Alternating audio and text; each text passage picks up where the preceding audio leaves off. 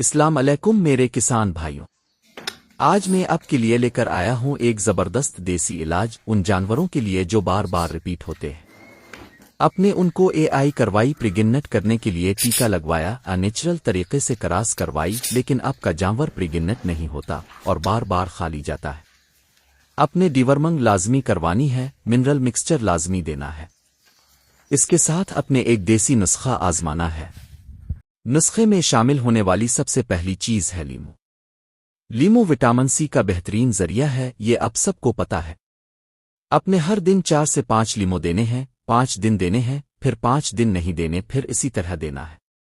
इस तरह 1 महीना करना है। इसके बाद अपने गंदुम और चना उन दोनों को पानी में भिगो कर रखना है, फिर किसी कपड़े में बांध देना है। जब इसके अंगूर निकल आएं तो अपने जानवर को देना है। पहले गंदुम दीनी है, 1 दिन वक्फा करना है, फिर चना देना है, फिर 1 दिन वक्फा करना है, फिर गंदुम देना है। तकरीबन 250 ग्राम मिकदार होनी चाहिए। इस तरह 1 महीना करना है।